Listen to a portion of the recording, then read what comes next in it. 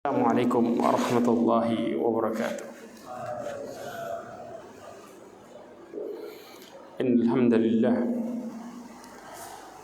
nahmaduhu wa nasta'inuhu wa nastaghfiruhu wa nastahdihi wa na'udzu billahi min shururi anfusina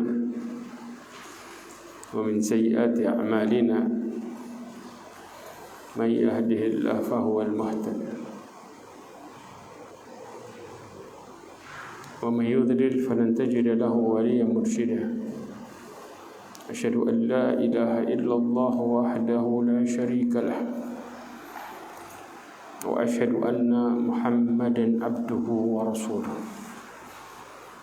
بلغ الرسالة وأدى الأمانة ونصح الأمة وتركها على مهجة البيضاء ليلها كنهارها لا يزيغ عنها إلا هالك أما بعد فيا أيها الحاضرون اتقوا الله.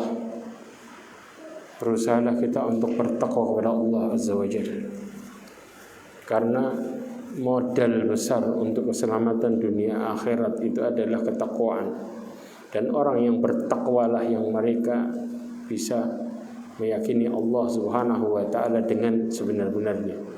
Mereka orang yang bertauhidlah mereka yang bisa bertakwa kepada Allah dengan baik. Salawat dan salam kepada Nabi Muhammad sallallahu alaihi wasallam, khairul anbiya wal mursalin, sebaik nabi, sebaik rasul. Ma'asyiral mu'minin rahimani wa rahimakumullah. Pembahasan kita yang pertama adalah kita mulai masuk ke dalam bab kitabut tauhid. Sebelum kita bahas yang dikatakan oleh Syekh Muhammad Abdul Wahab At-Tamimi, maka kita akan pelajari dulu bagaimana kedudukan tauhid yang sebenarnya. Rasulullah sallallahu alaihi wasallam pernah di dalam hadisnya mengutus Mu'adz bin Jabal, mengutus sendiri Mu'adz bin Jabal radhiyallahu anhu ke negeri Yaman sambil mengatakan innaka satati qauman ahlul kitab. Dikatakan engkau akan mendatangi kaum ahli kitab. Fa idza ja'tahum fad'uhum ila ayyashhadu an la ilaha illallah wa anna muhammadar rasulullah. Kalau engkau mendatanginya, maka dakwahkan kepada mereka untuk bersyahadat la ilaha illallah. Bukan sekadar dakwah, tapi mempraktekkan dengan sebenar-benarnya. Kemudian juga mereka bersaksi dan menjalankan dengan baik syahadat anna muhammadar rasulullah. Mereka mengikuti apa yang Rasulullah perintahnya. Dikatakan dengan menjalankan perintah yang Rasulullah SAW perintahkan, kemudian wajtinabi manaha anhu wa zajar, juga dengan menjauhi apa yang Rasulullah larang dan Rasulullah jauhi. Inilah yang disebut dengan bagaimana konsekuensi di balik syahadat Muhammadar Rasulullah SAW. Kemudian ketika kita mentelaah lebih dalam lagi tentang hadis ini, maka kita akan menemui bahwa makna tauhid ini adalah bantahan bagi orang-orang yang mengatakan bahwa tauhid la ilaha illallah itu hanya pada mengatakan bahwa tiada Tuhan yang mengatur kecuali Allah Azza wa Jalla. Kan ada itu orang-orang yang meyakini bahwa la ilaha illallah, kata-kata tiada Tuhan selain Allah. Maksudnya yang dimaksud adalah rububiyah. Ini merupakan kesalahan yang besar, karena Rasulullah meriwayatkan beberapa riwayat tentang hadis ini, diriwayatkan dari Rasulullah. Yang pertama, Rasulullah mengatakan ila ayyuhidullah. Di riwayat yang lain disebutkan sampai mereka mentauhidkan Allah, ila ibadatillah. Di riwayat yang lain juga mengatakan kepada ibadah hanya kepada Allah Azza wa Jalla. Kemudian riwayat yang lain ila tauhidillah, kepada tauhid kepada Allah Azza wa Jalla, mentauhidkan. Artinya semua makna tauhid di sini adalah at-tauhidul uluhiyah. Itu yang dimaksud, yaitu beribadah hanya kepada Allah Azza wa Jalla. Dan ini yang Rasulullah perintahkan pertama kali. Ya. Kemudian yang berikutnya kita akan mempelajari juga bahwa orang-orang ya yang didakwahi oleh Mu'adz bin Jabal pada waktu itu, mereka orang-orang yang berdakwah di jalan Allah, mereka harus memiliki ilmu baik tentang ilmu agama ataupun ilmu kondisi orang yang akan didakwahi. Karena Mu'adz bin Jabal diutus 1 orang, bukan 10. Paham? Mu'adz bin Jabal diutus sendirian di saat itu. Maka mereka juga harus memiliki ilmu tentang syubhat yang akan mereka katakan. Makanya pentingnya seorang dai, ya pentingnya seseorang yang memahami agama secara kafah. Ketika datang syubhat, mereka faham apa yang harus mereka lakukan di balik syubhat tersebut. Ya, makanya Rasulullah mengutus Mu'adz bin Jabal karena Rasulullah memahami bahwa Mu'adz adalah orang yang benar-benar mengerti. Dan yang diutus ya di tengah orang-orang Yaman ada 2 orang sebenarnya. Ya, selain Mu'adz bin Jabal radhiyallahu an, juga yang lainnya yang pernah Rasulullah SAW utus adalah Abu Musa al-Asy'ari. Ya, Abu Musa al-Asy'ari ini juga diutus tengah mereka. Artinya orang Yaman ini mereka diutus oleh dengannya hanya 2 orang saja yang berdakwah 1 kaum full, dan itu ahli kitab Yahudi dan Nasrani. Kemudian juga pelajaran di pelajaran yang lainnya bahwa ini menunjukkan yang menyampaikan risalah ya yang diutus oleh Nabi 1 orang. Berarti apa yang disebutnya? Dalam hadis disebut dengan khabar ahad, kabar yang dibawa 1 orang. Maka dari sini ya khabar ahad dalam permasalahan akidah maka tetap harus diterima karena Rasulullah SAW mengutus hanya Mu'adz bin Jabal tentang hadis ini.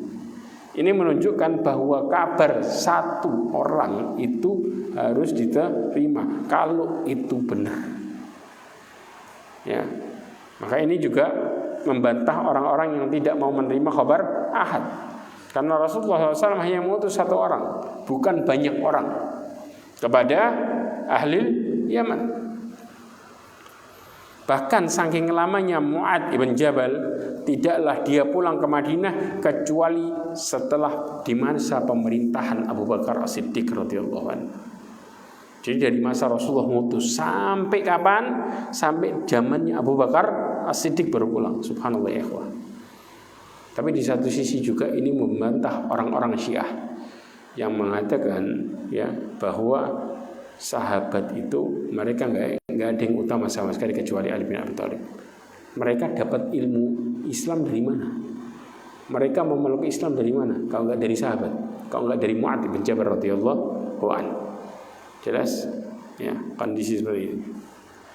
Ma'asyiral mu'minin rahimani wa rahimakumullah jami'an. Yang berikutnya ya, pelajarannya adalah Rasulullah SAW menjelaskan di dalam riwayat-riwayat yang lain, dari mulai riwayat Imam Bukhari ya ada 2 riwayat, kemudian Daruqutni, Rasulullah mengatakan falyakun awwala ma tad'uuhum ilaihi ibadatullah. Hendaklah engkau berdakwah pertama kali adalah dengan mengenai ibadah kepada Allah Azza wa Jalla. Ya, manhaj atau bilang jalan dalam menempuh ketaatan kepada Allah berawal dari membangun fondasi tauhid. Karena pada dasarnya seseorang yang melakukan apapun ibadahnya dari bangun tidur sampai tidur lagi, hanya ada 2 sebab diterimanya ibadah. Yang pertama apa? Ikhlas. Wa ma umiru illa liya'budullaha mukhlishina lahuddin. Dan gak mungkin orang itu disebut ikhlas kecuali mereka bertauhid. Karena dasaran ikhlas adalah melakukan semua karena Allah, balik ke satu zat. Jelas? Dan yang kedua adalah mutaba'ah. Man amila amalan laisa alaihi amruna fahuwa raddun. 2 dasar inilah yang menjadikan amalan itu bisa diterima atau tidak. Maka nggak mungkin seseorang dikatakan taat dengan baik kalau mereka tidak memiliki tauhid. Makanya dari 23 tahun Rasulullah berdakwah, 13-nya tauhid. Dari dasaran inilah ketika sahabat datang setiap perintah mereka selalu mengatakan sami'na wa ta'na. Karena punya keyakinan satu hal, yaitu perkara tauhid. Makanya subhanallah ya ikhwah, disebutkan dalam hadis Nabi SAW, pernah suatu saat ketika Rasulullah SAW, tiba-tiba Rasulullah melempar sendalnya ke arah kiri, melempar sendalnya. Maka kemudian para sahabat semuanya ikut, dilempar tengah-tengah sholat. Selesai sholat, kemudian Rasulullah yang bertanya, bukan makmum yang tanya. Kalau zaman sekarang makmum yang ribut, tuh imam ngapain? Kalau ini Rasulullah yang tanya, apa yang kalian lakukan? Maka mereka mengatakan, kami melihat engkau melempar, maka kami pun ikut. Subhanallah ya ikhwah. Kata-kata ini keluar dari orang yang bertauhid dengan baik, bahwa semua yang datang dari Allah dan Rasulnya adalah yang terbaik dan panutan hidup. Maka mereka nggak pernah tanya kenapa gini dan gitu. Munculnya pertanyaannya, sesuatu kenapa dan lain sebagainya, munculnya keraguan. Maka ketika seorang mulai membangun ibadahnya dengan keyakinan semua yang Allah perintahkan pasti yang terbaik. Nah, orang yang bertauhid sisi hidupnya nggak pernah ruwet. Kenapa? Karena ketika ditanya kenapa melakukan ini, Allah yang perintahkan. Kenapa Allah perintahkan pasti yang terbaik. Selesai. Butuh jawaban lain lagi nggak? Butuh pertanyaan nggak? Jawabannya nggak. Maka orang yang bertauhid hidupnya simpel. Ya, mereka nggak akan pernah mencari jawaban dalam setiap kehidupannya, karena mereka cukup mengetahui satu hal, bahwa semua perintah Allah dan Rasulnya adalah yang terbaik. Selesai. Dan ini adalah pelajaran tauhid ya ikhwah. Makanya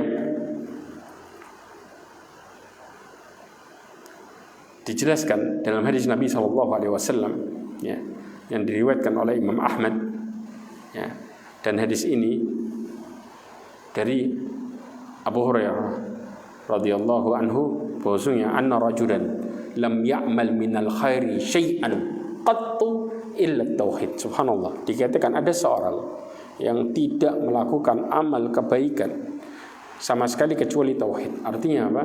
Hidupnya benar-benar semua diyakini balik ke Allah terus. Itu yang pegangan dalam hidupnya, prinsip hidupnya. Kemudian apa? Falamma hadaratul wafah, ketika datang kematiannya, apa yang terjadi? Qala li ahlihi, dia mengatakan kepada keluarganya, idza ana mitu, kalau saya mati, fakhuduni wahruquni, ya, maka nanti ambil jasadku ya, kemudian bakar. Kenapa ya ikhwah? Dikatakan hatta tadauni humamadan. Dikatakan apa? Sampai ya, hingga aku jadi hangus. Artinya bakarnya jangan tanggung-tanggung. Biarin bakar sampai lebur itu jasad. Ini wasiatnya dia. Padahal orang ini bertauhid. Kemudian apa? Thummat hanuni, tahu at-tahan. Ya, kemudian dideplok, istilah gampangnya itu, ditumbuk, ya, biar halus, supaya apa? Thummat runi fil bahr. Kemudian setelah itu taburkan ya abunya di laut. Wa fi yaumin rah, dikatakan di hari yang anginnya bertiup kencang. Ya, qala fa fa'alu bihi dzalik. Maka kemudian dilakukan oleh ahli warisnya, keluarganya dengan itu semuanya. Kemudian qala fa idza huwa fi qabdatillah, maka pada posisi itu tiba-tiba dia berada di qabdatillah, adalah genggaman Allah Azza wa Jalla. Sama Allah dikumpulin. Di riwayat yang lain disebutkan bahwa di laut kumpulkan abunya, kemudian Allah bangkitkan dia. Kemudian ditanya tuh, ya.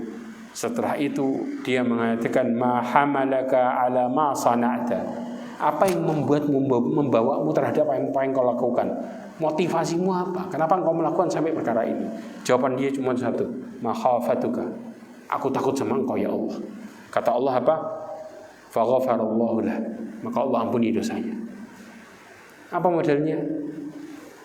Tauhid. Karena Allah berkehendak hambanya ini hidupnya benar-benar yakin sama Allah. Saking dia yakin, ketika dia melakukan kemaksiatan dia sadar Allah bakal menghukum dia. Dia melakukan itu karena takut sama Allah luar biasa. Takut ketika Allah nanti mengadab bagaimana. Maka saking takutnya dia mengatakan itu kepada ahli warisnya. Bahkan di riwayat yang disebutkan dia tanya sama anaknya, apakah aku sudah melakukan kebaikan kepada kalian? Jawab anaknya, iya tentu. Kenapa? Karena orang tuanya ini memberikan dunia kepada anaknya. Kata orang tuanya, saya belum pernah melakukan kebaikan kepada kalian sama sekali. Karena apa? Karena tidak mengajarkan tentang perkara akhirat. Orang tuanya ini adalah orang tua yang bertauhid, mengerti bahwa kebahagiaan itu ketika seseorang sadar apa yang dia harus lakukan untuk negeri akhiratnya. Sampai Rasulullah SAW mengatakan dalam hadisnya, "Idza aradallahu bi 'abdihi khairan ista'malah." Kalau Allah Subhanahu wa taala menghendaki hambanya kebaikan, Allah akan manfaatkan dia. Maka kemudian sahabat berkata, "Wa kaifa yasta'milu?" Bagaimana Allah Subhanahu wa taala memanfaatkan kebaikan kepada dia? "Yuwaffiquhu li'amalin salihin qabla mautih." Allah akan memberikan dia petunjuk untuk melakukan amal saleh sebelum dia meninggal. Di riwayat yang lain Rasulullah SAW mengatakan, "Idza aradallahu bi 'abdihi khairan asalah." Kalau Allah Subhanahu wa taala menghendaki kepada hambanya kebaikan, maka apa? Allah akan berikan dia madu dalam hidupnya, madu. Ya. Kemudian sahabat bertanya, "Wa ma asaluhu ya Rasulullah?" Madunya itu apa? Kata Rasulullah SAW, "Yuwaffiqhu li'amalin salihin hatta yaqbidu ilayhi." Dikatakan Allah akan memberikan taufik kepada dia melakukan amal saleh, kemudian Allah cabut nyawanya di posisi dia melakukan amal saleh. Al-Imam Munawi mengatakan bahwa madu itu adalah hal yang terbaik. Sampai-sampai di setiap dikasih di sebuah makanan pun semua jadi terbaik. Semua jadi baik gara-gara dikasih madu. Jadi pada dasarnya hidup seseorang ini ketika dia bersandar sama Allah dan Allah kasih hidayah, maka hidupnya kayak madu. Karena hidayah itu mutlak milik Allah Azza wa Jalla. Dan orang ini saking dia bisa mengatakan, "Saya takut kepadamu," karena petunjuk Allah Azza wa Jalla. Dan dia melakukan sesuatu yang dia saking takutnya bagaimana adab Allah Azza wa Jalla. Dan jangan jauh-jauh ya ikhwan, ya. Di sebuah riwayat yang disebutkan oleh Imam Ibnu Qayyim Al-Jauzi dalam kitabnya Dawa-Dawa, ya. Ada sebuah perkataan Utsman bin Affan di antaranya. Kata Utsman bin Affan, "Lau kuntu baina jannati wan nar." Lihat orang-orang yang bertauhid. Orang-orang yang bertauhid itu meletakkan kesalahannya di depan mata. Dia tidak meletakkan kebaikannya di depan mata. Tahu maksudnya? Orang kalau sudah meletakkan kebaikan di depan mata, jadinya apa? Jadinya apa? Ujub. Paham? Jadi bedanya orang kalau sudah meletakkan kesalahan di depan mata sama meletakkan kebaikan, efeknya jauh antara langit sama bumi. Kalau orang meletakkan kebaikan di depan mata, Ibnu Qayyim Al-Jauzi mengatakan ada seseorang yang masuk neraka dengan sebenarnya gara-gara amal solehnya. Karena yang diingatnya amal soleh, dan sedangkan kemaksiatannya nggak dimuhasabai. Apa yang terjadi? Maka kemudian dia bangga dengan amal salehnya, kata Imam Ibnu Qayyim Al-Jauzi. Jelas? Kemudian apa? Dia merasa kagum sama dirinya, maka kemudian dia masuk neraka karenanya.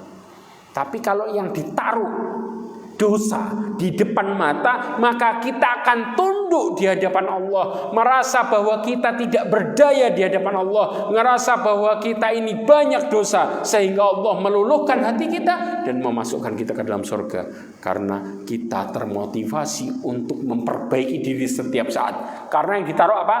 Dosa. Makanya Utsman bin Affan pernah mengatakan, "Lau kuntu bainal jannati wan nar." Kalau seandainya aku dihadapkan antara neraka dan surga, wala a'lam illa ayyatuhuma asir, dan aku tidak mengetahui kemana aku harus melangkah, lakhtartu Ramadan, aku lebih milih jadi abu sebelum aku tahu kemana aku harus berjalan. Ini yang ditaruh pahala apa dosa di depan mata? Dosa. Jelas pelajarannya. Karena kalau orang sudah meletakkan dosanya di depan mata, maka mereka merasa bahwa mereka ini tidak berdaya. Mereka hanya kembali kepada satu zat. Dan manusia tidak bisa berbuat apa-apa karena yang dipikirkan adalah kesalahannya. Jelas ya ikhwah? Ini adalah pelajaran besar dari tauhid. Tapi kalau enggak, kita bakal melakukan kesyirikan kalau yang ditaruhnya pahala. Kenapa? Karena syirik, ujub itu juga syirik, kata Syekhul Islam Ibnu Taimiyah. Syekhul Islam Ibnu Taimiyah mengatakan bainar riya wal ujub. Coba perhatikan kata-katanya. Dua-duanya masuk ke dalam perkara kesyirikan. Ya. Kata Syekhul Islam Ibnu Taimiyah, ya, menjelaskan perkara antara ujub dengan syirik. Disebutkan, ya, wa katsiran ma yaqrinu an-nas bainar riya'i wal ujub. Banyak orang yang menyambungkan, menyamakan, mengaitkan antara ujub sama riya. Iya enggak? Ya.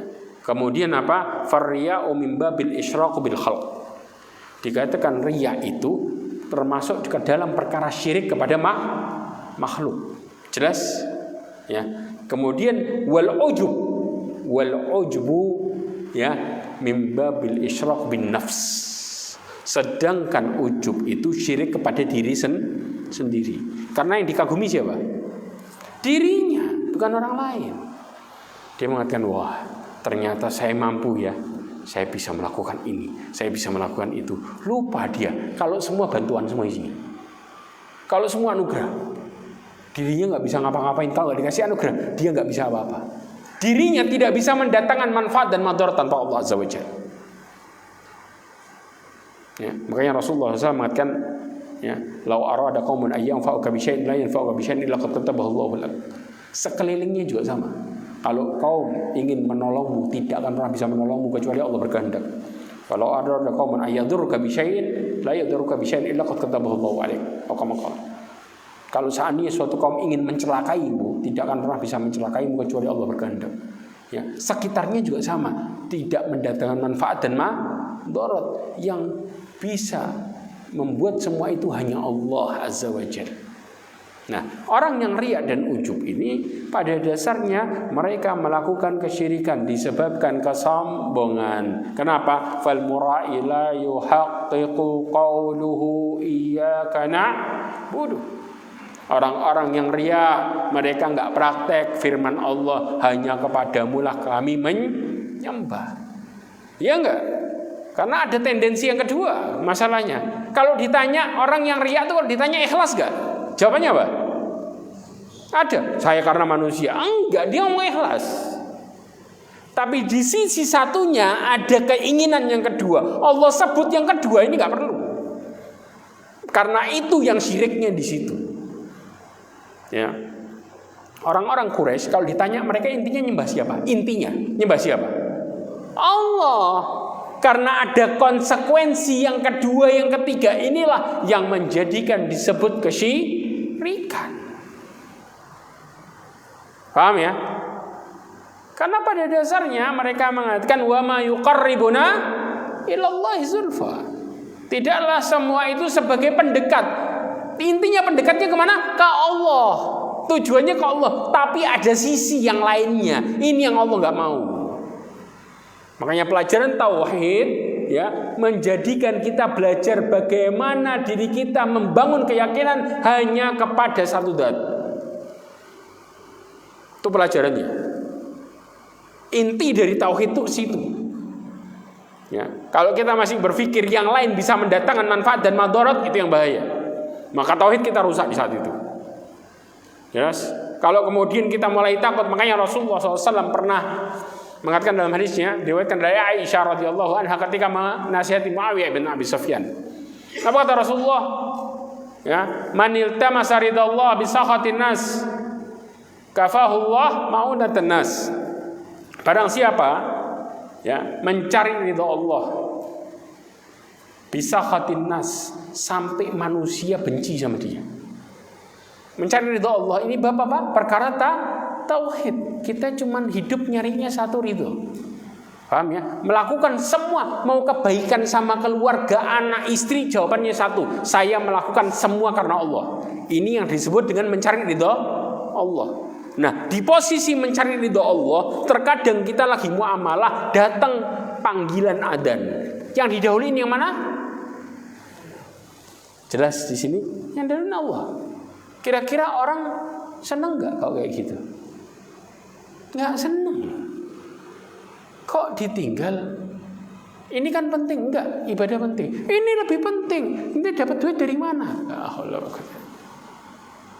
Kadang-kadang kita nggak sadar di posisi itu. Padahal kalau kita ditanya, ya, secara garis besar, sholatmu menghadap ke siapa? Jawaban semua orang ke Allah. Siapa yang mengatur hidupmu? Allah. Siapa yang memberikan kamu rezeki? Allah. Kenapa sholat mikirin kerjaan? Diam. Jelas?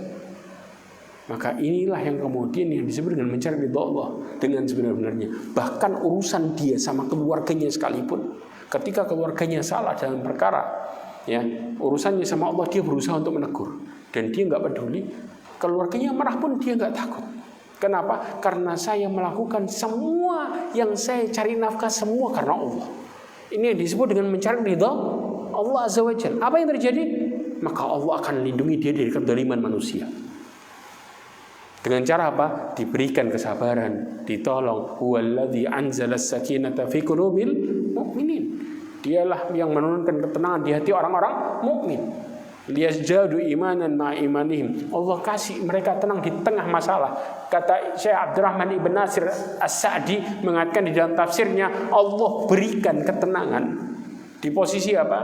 Di posisi di saat itu masalah yang menggoncangkan hati. Ya, bahkan masalah yang membuat seseorang jadi hancur. Ya, ketika dia berusaha sendirian, dia tidak mampu untuk melakukan itu. Tapi kemudian, ya, ketika dia kembali kepada Allah Azza wa Jalla dan Allah memberikan ketenangannya, ya ikhwah, ya, maka di saat itu apa yang terjadi?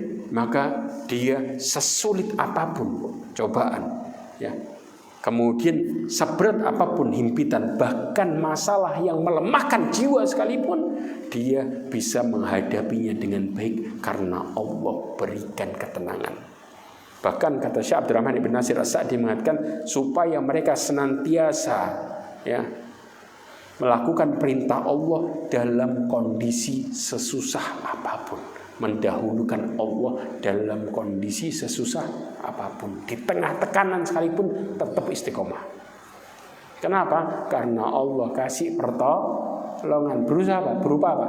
Tenang. Dan itu hanya didapatkan bagi orang-orang yang beriman, yang hidupnya mencari ridha Allah.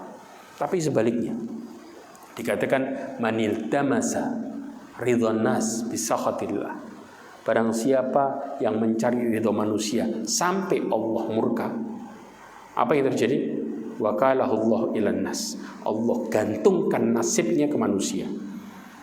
Seorang ulama menjelaskan maksudnya digantungkan ke manusia adalah Allah gantungkan dia ke manusia. Kemudian orang itu menguasai dirinya dan mendolimi dirinya, sedangkan dia tidak bisa berbuat apa-apa.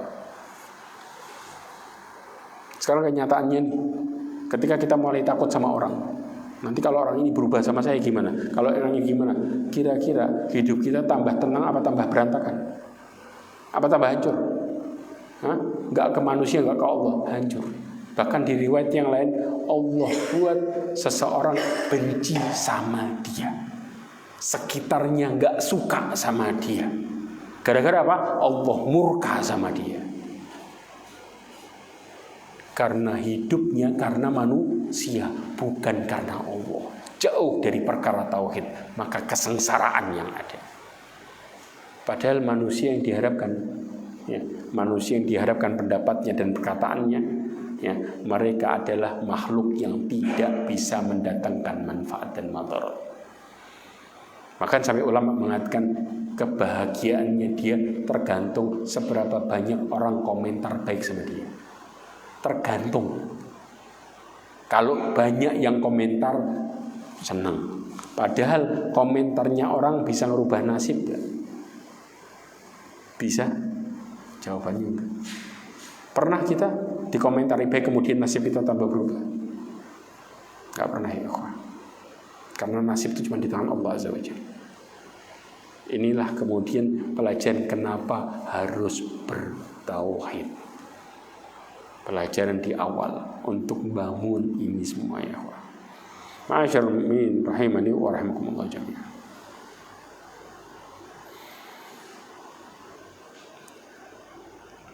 Disebutkan juga istilah tauhid. Di antara istilah tauhid dari Jabir bin Abdullah ya, radhiyallahu anhu dikatakan fa'ahla bitauhid. Fa'ahalla dikatakan istilahnya fa'ahalla bitauhid. Ahalla di sini adalah bertalbiyah. Paham ya? Dengan tauhid yaitu labbaik Allahumma labbaik. Labbaik la syarika laka labbaik. Innal hamda wan ni'mata laka wal mulka la syarika lak. Ya kan? Orang yang seperti ini mereka yang disebut dengan bertalbiyah dengan tauhid. Ya Allah, aku penuhi panggilanmu, panggilan yang tiada sekutu bagimu. Makanya seseorang yang memenuhi panggilan Allah, kemudian di tengah memenuhi panggilan Allah ada niatan karena yang lain, maka panggilannya bisa ditolak. Karena Allah menginginkan orang yang datang ke Allah hanya karena Allah, bukan karena urusan dunia dan lain sebagainya. Karena bukan inti niatnya, intinya karena Allah. Kemudian di tengah ketaatannya maka dia memohon kepada Allah, silakan. Tapi pada dasarnya perintahnya adalah hanya karena Allah. Nah, ma'asyarul mu'minin rahimani wa rahimakumullah. Pernah Abdullah bin Abbas menceritakan dahulu orang kafir Quraisy kalau mereka melakukan tawaf, mereka bertalbiyah dengan mengatakan labbaik Allahumma labbaik. Maka kemudian Rasulullah mengatakan wailakum qad. Kata Rasulullah, celaka kalian, sudah cukup, jangan diterusin. Kenapa? Karena setelahnya itu yang syirik. Dikatakan illa syarikan huwa laka tamlikuhu wa ma malak. Kecuali sekutu yang engkau miliki, ya, engkau miliki dia dan mereka tidak memiliki dirimu. Tahu maksudnya? Saya kasih contoh. Orang kalau punya jimat, ya, ada jimat kemudian di dalamnya ada jinnya. Mereka pakai dalilnya apa? Kata mereka, ini makhluk Allah bukan? Ya enggak? Kalau Allah tidak berkehendak untuk makhluk ini nolong, kira-kira bisa nolong enggak? Sering enggak orang ngomong kayak gitu? Nah, itu yang kemudian dikatakan oleh orang-orang Quraisy, persis kayak orang meyakini perkara jimat, bahwa sesungguhnya semua sekutumu itu punyamu, engkau menguasainya dan mereka tidak menguasaimu. Pada dasarnya semua hanyalah makhlukmu. Kalau engkau berkehendak, maka kemudian mereka bisa menolong. Tapi kalau engkau nggak berkehendak, mereka nggak bisa nolong. Itu inti dari talbiyahnya orang-orang kafir Quraisy. Dan Rasulullah katakan itu sebagai kafir. Jelas? Karena apa? Seakan-akan bahwa ada yang lain yang punya kekuatan seperti kekuatannya Allah. Tapi bedanya Allah ngasih kekuasaan sama tidak. Dan ini disebut dengan syirik. Karena semua kemampuan mutlak milik Allah. Makanya di dalam tafsir Ibnu Katsir dikisahkan ketika Nabi Ibrahim mau dilemparkan ke api, datang malaikat Jibril mengatakan, apakah engkau butuh bantuan? Apa jawab Nabi Ibrahim? Kalau sama engkau enggak. Karena tauhid. Kenapa? Kira-kira malaikat itu makhluk bukan? Mereka bisa nolong enggak? Kalau Allah enggak berkehendak enggak bisa. Maka Nabi Ibrahim pun berharap kepada sumbernya langsung. Kalau sama Allah, iya. Ini pelajaran tauhid. Maka orang yang di tengah masalah sekalipun, Allah kasih kekuatan keyakinannya dengan mengatakan, kalau sama Allah, iya. Maka dia hanya mengatakan, hasbiyallah wa ni'mal wakil. Pegang pelajaran ini dalam hidup kita. Apapun yang terjadi di sekitar kita, maka mintalah hanya kepada Allah. bahwa sesungguhnya kelasnya malaikat sekalipun yang dikatakan la ya'sunallaha ma amarahum wa yaf'aluna ma yu'marun, enggak bisa apa-apa. Makanya subhanaka la ilma lana illa ma 'allamtana. Malaikat ngomong kayak gitu. Maha suci engkau, kami ini enggak punya ilmu dan enggak tahu apa-apa kalau engkau enggak ngajarin. Selesai. Jelas ya ikhwah. Maka inilah kedudukan tauhid yang sangat besar, yaitu membangun keyakinan dalam kondisi apapun. Mau susah senang tetap arah kita satu, yaitu kembali kepada Allah Azza wa Jalla. Dan itulah yang kemudian didakwakan oleh Rasulullah selama 13 tahun. Ya. Bahkan ya ikhwah, pernamaan ya kitab At-Tauhid ini, apakah kemudian satu orang aja yang menamakan? Dulu para ulama salaf menamakan bukunya dengan istilah Kitabut Tauhid. Siapa? Di antaranya karyanya Ibnu Huzaimah yang meninggal tahun 311 Hijriah. Ya, dia sudah pernah punya namanya At-Tauhid. Jelas? Jadi kalau orang bilang, "Oh, ini kitab baru." Siapa bilang? Dulu sudah ada. Namanya Kitab Tauhid. Jelas? Ya. Kemudian juga At-Tauhid juga yang ditulis oleh Ibnu Mandah. Ibnu Mandah ini meninggal enggak jauh dari Ibnu Huzaimah. Ibnu Huzaimah 311, Ibnu Mandah 395. Ya. Mereka menamakan kitabnya dengan Kitab Tauhid. Kemudian pembagian tauhid itu pada dasarnya berapa?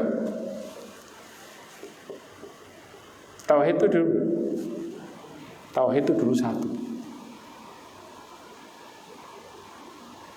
Paham? Tidak dibagi-bagi. Kapan mulai dibagi? Yang bagi siapa? Siapa yang membagi tauhid?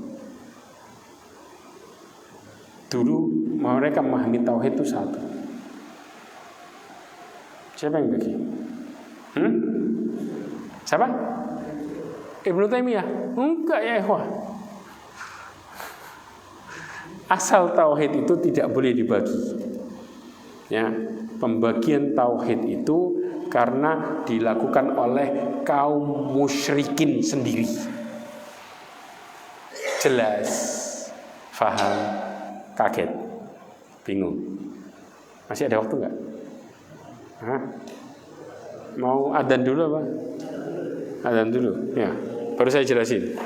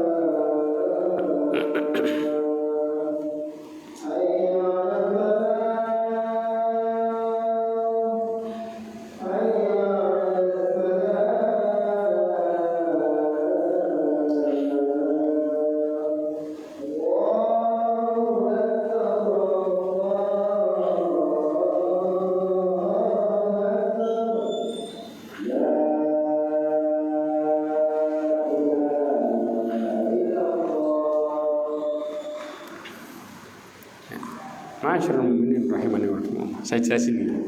Coba pahami baik-baik ya. Kita akan bicara masalah dalilnya juga. Dulu tauhid itu satu. Jelas? Ya. Tauhid satu ini, yang membagi tauhid ini adalah kaum musyrikin. Kenapa kaum musyrikin? Abdullah bin Abbas radhiyallahu anhu mengatakan, ya, ini diriwayatkan oleh Imam Ibnu Hibban dalam sahihnya, kemudian dikatakan oleh Syu'aib al-Arnaud bahwa hadis ini sahih. Dikatakan kana baina Adama wa Nuhin asyaratu qurun, ya, kulluhum al-Islam. Dikatakan bahwa dulu antara Nabi Adam sama Nabi Nuh itu ada 10 generasi. Kalau kita 10 abad, kalau kita bilang, ya, semuanya posisi Islam dengan tauhid yang satu. Jelas ya? Sudah totalitas, mau rububiyah, uluhiyah, asma wa sifat, mereka kemudian beribadah hanya balik kepada Allah semua, dalam keyakinan bahwa Allah mengatur juga satu-satunya disembah, dan kemudian dengan sifat-sifatnya mereka semua beriman secara total. Jelas? Dan maka disebut dengan tauhid yang satu. Kemudian kesyirikanlah yang memecah-mecah tauhid. Apa buktinya? Allah mengatakan dalam surat Yusuf ayat 106. Perhatikan firman Allah, "Wa ma yu'minu aktsaruhum billahi illa wa hum musyrikun." Kata Allah Subhanahu wa taala tentang kaum musyrikin al-Arab dulu, ya, sebagian besar dari mereka tidak beriman kepada Allah, melainkan mereka dalam keadaan mempersekutukan Allah Azza wa Jalla. Ya. Jadi mereka kalau ditanya beriman enggak? Beriman, yakin sama Allah, yakin padahal syirik. Yang disyiriki apa? Uluhiyah. Yang diimani apa? Rububiyah. Faham? Ya, mereka nyebut dirinya beriman, rububiyahnya, tapi uluhiyahnya mereka syirik. Siapa berarti yang pecah? Orang-orang musyrik. Ya, kemudian juga Allah Subhanahu wa taala, ya, sebelumnya dikatakan oleh Abdullah bin Abbas dalam tafsir Ibnu Katsir disebutkan termasuk pengertian iman di kalangan mereka yang memiliki sifat apabila ditanya kepada mereka siapa yang menciptakan langit, siapa yang menciptakan bumi, siapa yang menciptakan gunung, jawaban mereka semua adalah Allah. Tetapi padahal mereka masih dalam keadaan mempersekutukan di yang lainnya. Jelas? Jadi rububiyahnya benar, begitu masuk uluhiyahnya rusak. Makanya illa wahum musyrikun, kata Allah, kecuali mereka dalam kondisi syirik. Allah sebut musyrik. Padahal kalau ditanya, oh ini semua adalah Allah yang ngatur, semua. Ya. Ini juga dikatakan oleh Imam Mujahid atau Ibn Rabi'ah, kemudian Ikrimah, ya, kemudian dikatakan oleh Imam Sya'bi, Imam Qatadah Ad-Dahhak dan yang lainnya. Kemudian juga disebutkan Allah Subhanahu wa taala melarang membagi-bagi tauhid sebenarnya. Sebagaimana Allah sebutkan dalam surah Al-Baqarah 21 sampai 22. Apa itu firman Allah? Ya ayyuhan nasu budu rabbakumul ladzi khalaqakum wal ladzina min qablikum la'allakum tattaqun. Ya, beribadahlah kalian kepada Allah yang menciptakan kalian dan orang-orang sebelum kalian supaya kalian bertakwa. Allah menceritakan alladzi ja'ala lakumul arda firasya was samaa binaa. Tauhid apa ini? Tauhid apa? Rububiyah. Jelas? Wa anzala minas samaa'i ma'an fa akhraja bihi minats thamarati rizqan lakum. Ya, kemudian fala taj'alu lillahi andada. Tauhid uluhiyah. Janganlah kalian jadikan Allah sebagai sekutu. Pas giliran ini percaya Allah semua. Yang hujan turun, ya, kemudian apa? Kemudian dalam posisi air keluar, ya, kemudian juga langit itu tanpa ada tiang, semuanya yakin Allah semua. Tapi pas giliran ibadah mereka menyekutukan Allah Azza wa Jalla. Ya. Jadi di sini untuk memudahkan pemahaman maka tauhid pun dibagi menjadi 3. Dari mulai tauhid rububiyah, uluhiyah dan asma was sifat. Karena kaum musyrikin juga ada yang mengingkari asma was sifat. Ada. Maka yang memecah-mecah adalah kaum musyrikin sendiri. Makanya kemudian Nabi Nuh diutus Makanya dalam hadis Rasulullah ketika bicara tentang hari syafaatul udma, tahu syafaatul udma, di mana manusia keliling nih buat nyari ke Nabi Adam, engkau anta awal khalqillah, engkau adalah ciptaan Allah yang pertama. Ya, kalau kan Nabi Nuh mengatakan antara awal rasul fil ard, engkau adalah pertama kali utusan di atas muka bumi. Berarti utusan pertama siapa? Nabi Nuh, bukan Nabi Adam. Nabi Adam itu awal ciptaan. Ya, sampai dikatakan seperti itu. Ya, ini menunjukkan Nabi Nuh diutus gara-gara mereka syirik. Syiriknya apa? Orang soleh dimintai sampaikan ke Allah. Itu dikatakan syirik. Allah sampai utus nabinya. Jelas. Padahal pada dasarnya mereka pun ketika nyumpahnya atas nama Allah. Wallahi. Mudah-mudahan apa yang kita pelajari hari ini ya, menjadikan kita semakin bertakwa kepada Allah Azza wa Jalla. Mudah-mudahan Allah jaga tauhid kita semuanya. Allah matikan kita semua dalam keadaan bertauhid kepada Allah Azza wa Jalla, dan mudah-mudahan Allah SWT jauhkan kita semua dari kesyirikan dan keturunan kita semuanya, serta mudah-mudahan Allah tutup hidup kita dengan husnul khatimah. Insyaallah pertemuan yang berikutnya kita akan mulai bahas tentang bab masalah kita bertauhid ya. Subhanakallahumma bihamdika asyhadu an la ilaha illa anta astaghfiruka wa atubu ilaik wa akhiru da'wana alhamdulillah wassalamu alaikum warahmatullahi wabarakatuh.